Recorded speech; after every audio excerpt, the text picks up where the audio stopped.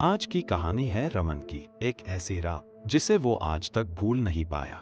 रात के ठीक 12 बजे रमन को याद आता है कि उसे अपने दोस्त को एक जरूरी सामान देना है। वह सामान इतना जरूरी था कि उसके दोस्त ने बार बार फोन करके उसे अभी आने के लिए कहा।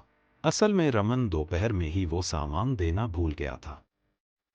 उस वक्त रमन घर पर गेमिंग कर रहा था। रमन जानता था कि उसके दोस्त के घर जाने का रास्ता बहुत सुनसान है। वह डरता तो नहीं था, लेकिन उस रास्ते पर जाने का मन बिल्कुल नहीं था। फिर भी दोस्त के जोर देने पर वह बाइक लेकर निकल पड़ा।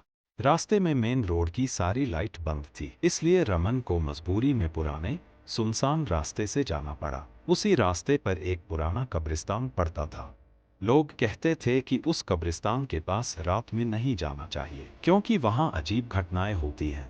रमन इन बातों पर ज्यादा ध्यान नहीं देता था। वह आगे बढ़ ही रहा था कि तभी टक टक टक उसे किसी बच्चे के खेलने की आवाज सुनाई देती है।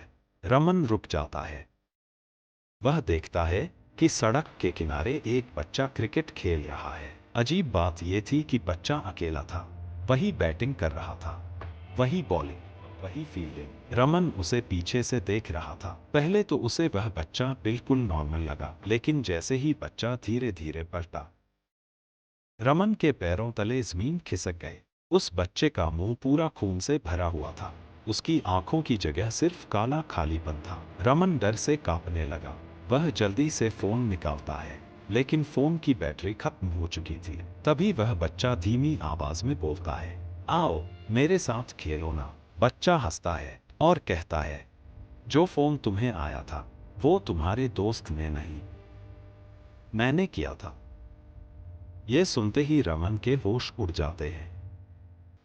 बच्चा धीरे धीरे उसकी तरफ बढ़ने लगता है। उसका चेहरा और भी डरावना हो जाता है। जैसे ही बच्चा रमन को छूने वाला होता है, अचानक रमन की आंख खुल जाती है। वह अपने घर में अपने बिस्तर पर पड़ा होता है, पूरा शरीर पसीने से भीगा हुआ।